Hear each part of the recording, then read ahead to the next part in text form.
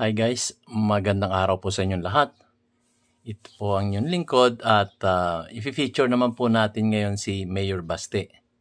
Sa puntong ito, siya po ay in-interview ng isang newscaster sa TV5.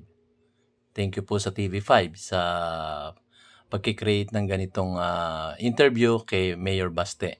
At kilalanin natin kung sino si Mayor Baste sa tunay na buhay. So, tunghayan po natin guys. Eto na po siya. Ngayong gabi sa reaksyon, isang alpha ang turing ni Baste kay Pangulong Rodrigo Duterte. Kaya naman hindi raw maaaring makipagtalo sa mga patakaran niya. Kung gaano raw kahigpit sa pagpapatupad ng batas si Mr. Digong, ay ganoon din siya kastrikto sa pagdidisiplina sa kanya. At kailanman hindi niya raw naisip na sagutin ng ama. Ang tanong, paano niya hinaharap ang mga issue bilang isang presidential son, lalo na wala naman siya sa politika? At para sagutin yan, makakasama po natin ngayon mismo ang bunsong anak ni President Rodrigo Duterte na si Sebastian Baste Duterte. Good evening sa iyo, Baste. Welcome to Reaction and thank you for honoring us with your presence. Yeah. Good evening, ma'am. Alam mo, kakapanood ko lang ng speech mo sa Hong Kong, I think, no? At pinapakinggan kita. Ang pwede ka magpolitiko, ha? Oo, mayor na siya ngayon. Very spontaneous yung speech mo. Oo, galing alam mo yan. rin kung paano talagang manghimok ng madla, no? And you took a political science. I know this. You graduated political science. Sa Ateneo de Davao. Yes, oo. So, do we see politics in your future? Maybe, pero siguro mga tagal pa. Pag wala na akong maisip Pero na gagawin ngayon sa guys, buhay ko, hindi na ganyan yung itsura niya. Presentable na. Ano bang ginagawa mo ngayon sa buhay mo bukod Punta kayo sa may show ka Davao. dito sa amin? Alam ko yan. Makikita May niyo show yan. ako, yung adventure reality show. Ito parang rakista pa siya Yung nun. gagawin namin is maglilibot kami sa buong Pilipinas. Sa mga adventurous destination. Yeah. But you're a surfer. I know this, Yeah, no? yeah. So I suppose Siargao will be on the list? Kasi di We're ba going to siya? Surigao del Norte maybe. We'll pass by Siargao. Surfer pala siya. Ano pa bang mga pinapasok mong sports na medyo mapanghamon? Nag-spelunking ka na ba? May mountain climbing? I would Mountain imagine. climbing, yeah. Oo. I've been Mount to Apo. 14 times. Wow. Wow. Of God. course, Baste, hindi mo naman ikakaila na nasa issue ka lately, no? At i-clear na rin muna Isang natin yung beses ko area palang dito naakyat sa yun, Mount litrato mo sa Apo. Instagram na para kang nagsusmoke daw ng Marijuana. weed, no? Hindi, ganito lang yun. Totoong marijuana naman yan. Yeah. Siguro Explain. naman, di naman ipopost yun. Diba? Ganun lang naman yun. I don't want to, defend myself on that. Kasi obviously, hindi naman talaga marijuana yun. Pero bahala na sila. Pero syempre, mga kalaban ng iyong ama, sinasamantala yung mga ganong pagkakataon. Lalo na, halimbawa, yung kapatid mo, si Paolo, laging sinasabi ng marami ng mga witness na dinala sa Senado, no, na siya raw ay talagang drug addict daw siya. Recycled news na yan. Reaction mo sa mga ganyang pananalita? 29 years old na ako. Yan. My father has been in politics for that long. Yes. So while growing up, alam ko na ganun talaga politika ng Pilipinas. Diba? Naintindihan Nasa niya? sistema na yun ng politika ng Pilipinas. Oo. So yun, wala ka tayong magagawa kung ganun talaga. May mga taong ganun lang yung tactics. Presidente na yung tatay mo, pero tuloy-tuloy pa rin ang mga batiko sa kanya. Halimbawa, pag-usapan na lang natin, si Senator Laila de Lima, tinawag siyang sociopathic serial killer. Pero may tama pa ba sa'yo pagka tinatawag ng ganyan ang iyong ama? Siyempre naman, pero given na yun eh. Kasi nga, sinabi ko sa kanya, nung hindi pa siya tumatakbo, tinanong niya ako kung tatakbo siya, sabi ko, tatakbo ka. At kung mananalo ka, aawayin ka lang, sabi ko sa Kasi alam ko na eh, nakita ko na yun sa Davao dati. How does that feel? Does it hurt you pagka naririnig mo sila? Sa totoo lang, ma'am, I find it hilarious. Alam mo bakit? Wala kasi pakialam yung tao na yan. Sa mga yung mga may nag-a-attack sa kanya, walang Si pakialam President yan. Duterte. Wala yan. He's just doing his job. But on air, nakita na namin siyang nagagalit. Oo, at nagre-react siya, no? Hindi, yung sa bahay naman, wala. Hindi niya dinadala yung trabaho sa bahay. Tsaka minsan na kami nakikita, kaya di ko rin napapansin siguro. Oo, kasi ano ka raw, nawawala ka raw, missing in action ka raw lately. Pag pinapakinggan ka ng gano'n ng tatay mo, ano nararamdaman mo?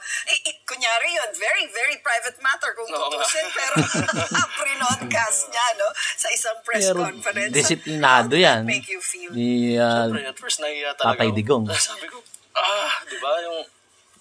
Pero wala akong magawa eh. Tatay pa rin yan, di ba? Pre. Pero ano lang yun, dati pa sa Davao, may show siya every Sunday. Binabanggit na rin kasi yung pangalan ko doon. Kaya alam ko na eh. Pero hindi ko naman talaga in-expect na dadalhin niya sa, di ba, sa national level na yun. Abangan nyo sa Senado yan, guys. Hindi ka pa rin sanay, in a way. Sigurado ako.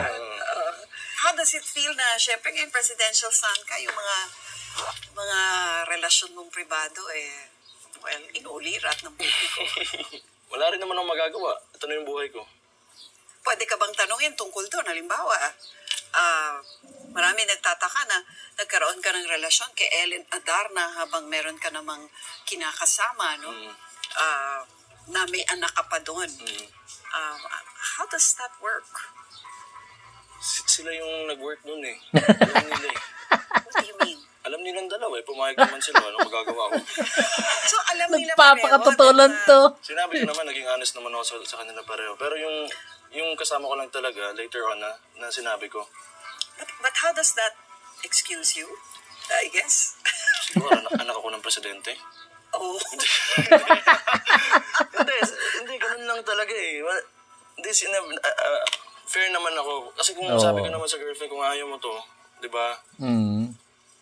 We can talk this out kung ano mangyayari sa atin. Yun naman, that's the same thing that I did with Ellen. I was open na gano'n, may girlfriend ako. So, ayaw ko sa kanila. Sa kanila talaga yun, di ba?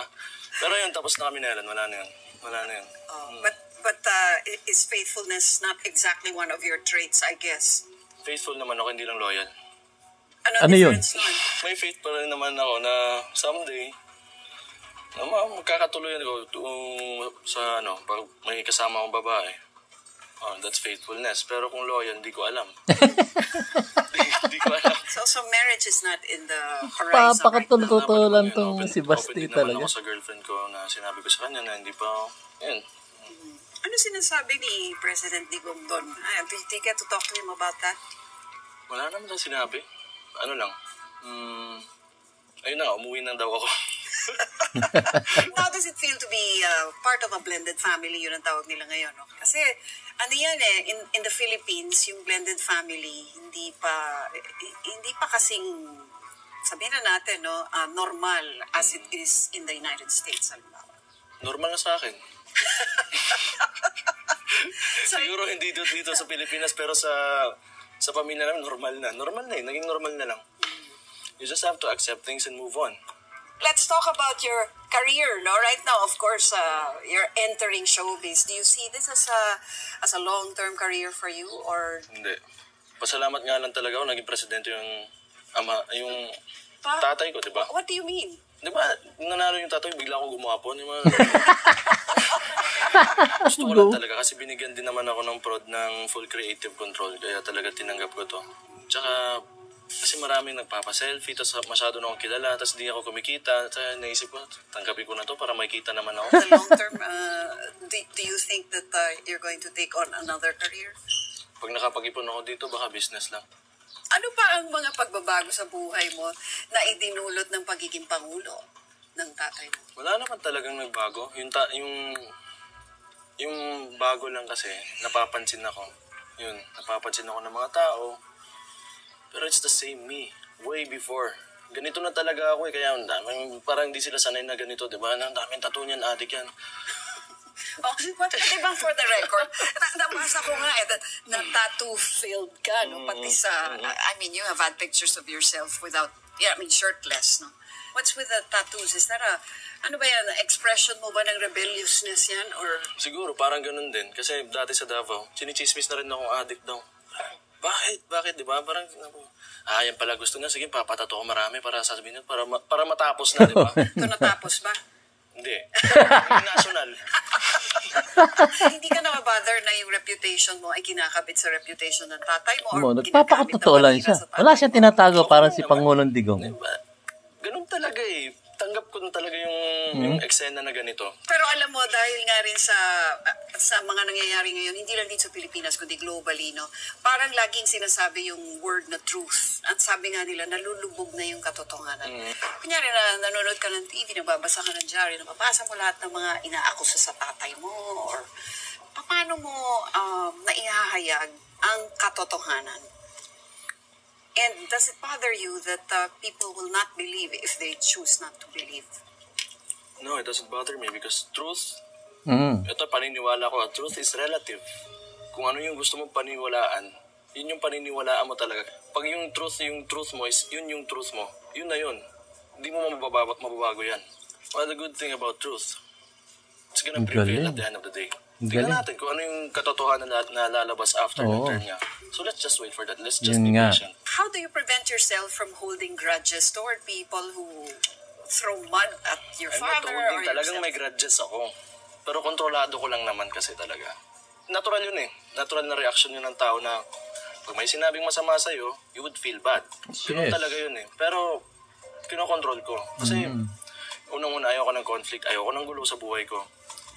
Kaya ina-absorb ko na lang, tas pag nag-surf ako, ayan, bibitawan ko na yan. Paala na kayo. So unwinding. Are you enjoying your life as a presidential son? Is it fine? Parehas lang talaga. Enjoy naman ako dati, ngayon enjoy pa rin ako. So hindi naka-angkla sa pagiging pangulo ng tatay mo? Ay, yung ano lang, mga libreng bagay na binibigay. Ano yun? Pagkain, di ba? Pag papasok ang restaurant, minsan lilibre ka. Seryoso. Ang sarap talaga kumain, iinom ka libre. Ang sarap uminom na libre talaga. Yun lang. Yun lang. Nanood ka ba ng Miss Universe? Oo, nilibre din ako nung party. Oo, tama. Yun din, di ba? Your father's health. Can we talk about that? Marami nag-aalala na, alam mo na, nagfe-fentanyl yung tatay mo. Well, sabi nila, pagka ma-overdose ka ron, medyo it can be fatal. Mukha namang yun. Lakas nun eh. Oo, hanggang ngayon nga. Nagte-treadmill nga, alas 3 ng umaga. Wow. Hindi pa natutulog, magte-treadmill nga. Kaya nga, pagka late ako umuwi ng bahay, hinihintay ko na makapasok siya kasi pag naamoy alak, papagalitan ako. Hindi ka naniniwalang in bad health. Kabataan kasi ito. Kahit na inamin na niya na meron siyang Berger's disease. Siguro pero ngayon, sa edad niya, 72 years old na ba yun? Nakasana siya ni Pangulong Digong. Mayor na nga siya. Talaga, di ba? Nagsasalita pa. Nakikita niyo naman sa TV yan. So handa ka na dito sa politikang pinasok na tatay mo, yung presidential level. Wala ka nakitang pagbabago sa political implications sa'yo, sa buhay. Yung lang, PSG lang nadagdagan. Yun lang talaga. Ko, yeah. PSG lang, libreng pagkain para sa'yo. Otherwise, no drastic change. Wala. Yun kasi yung pinili ko talaga eh, na walang magbabago, di ba? Kasi matatapos din yung 5 years na yun. After nyan, babalik din ako sa ganito. Hindi. So, naging mayor ka nga eh. That way na lang. What about living with him in the presidential mansion? Is that something that... Hindi, sa Davao ako umuwi. Dito hindi? Twice pa lang ako nakapunta. Hindi pa ako nakakatulog dyan sa Malacanang. Hindi pa? Hindi pa. Really Wala kang balak? Parang boring dun eh. Boring talaga. Sobra. So talagang the privileges of being a presidential son, hindi mo talaga masyadong nararanasan yung pagkakaiba.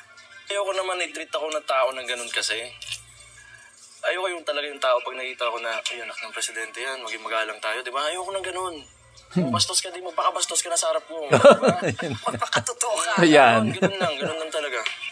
Pero yung over-publicity, wala ka namang nararamdaman na ganyan. Does that bother you? Oo naman. Nababother talaga ako, tsaka talaga, sa totoo lang, camera shy talaga ako. 5 years from now, anong nakikita mo para sa iyo at saka sa tatay mo at saka sa pamilya ni President? Hindi ko rin talaga alam, ma'am. Ako spontaneous lang ako eh. Well, there is... Ewan ko sa kanila, ewan ko sa pamilya. Wala kasi ako sa politika. Ayoko talaga. Pero hindi mo masasabi, sabi mo. Oo, mayor ka na nga ngayon. Baka mamaya nalagay ako sa politika tapos sasabihin na hipokrito talaga tong tao na to. Baste, meron ka ipopromote? Safe answer. Adventure reality show namin. So yun guys. Sino mga co-host mo rito? Or ikaw lang ba? Si Marco. So yun guys, natunghayan na natin si mayor na ngayon siya ng Davao City. At pinagpapatuloy niya kung ano yung nagawa ng kanyang ama at ng kanyang kapatid. At ngayon, siya na yung humahawak sa Davao City. Napaka-busy tao nito. Kasi pumunta ako ng Davao City. Gusto ko mapuntahan si Pangulong Digong, si Sara Duterte, ang ating VP ngayon. At ito, na mayor na ngayon sa Davao City. Kaya lang, sobrang busy po nila talaga. Sobrang busy talaga ng itong mag-anak ng Duterte sa Davao City. Until now. Pero siguro, some other time, baka sakali, papasyal ako doon uli. At may mga vlog ako patungkol doon. Talagang very busy po sila. At pinagpapatuloy nitong si Mayor Baste kung ano yung nasimula ng kanyang ama at ng mga kapatid doon sa Davao City. Kahit ipagtanong nyo sa Davao, pinagpapatuloy niya kung ano yung magandang nasimulan ng kanyang pamilya doon. At maaari, dinadagdagan pa niya kung ano yung pwede niyang may ambag sa Davao City. May pagtatanong niya yan doon sa mga tao doon sa Davao City. Siguro meron lang magbibigay ng mga negative comment, yun yung mga kalaban nila sa politika. Pero overall, maganda naman ginagawa ni Mayor Baste sa Davao City. Kasi napunta na ako doon. I see it on my eyes. Talagang walang snatcher doon, siguro may krimen, mangilan-ngilan, pero hindi ganun katalamak kagaya nung araw. So magaling tong si syempre Duterte yan Kumbaga, kung ano yung puno, siyang bunga. So, yung nga, sabi nga niya, babayero siya. Talagang nagpapakatotoo siya. Wala siyang tinatago. Pero, sa panunungkulan, ginagampanan niya ang kanyang mandato sa mga taong bayan. So, ito po si Mayor Baste ng Davao City. So, most probably guys, makikita natin to sa Senado in 2015. Sa akin palagay lang Pero ramdam ko na guys na posibleng mangyari yan guys. So, yun lang guys. Maraming salamat po sa panonood. At sana nagustuhan yung aking mumunting video. At sa muling pagkikita natin dito sa aking YouTube channel. Maraming salamat po. Sheshe, arigato, shukran. Thank you. See you on my next vlog guys.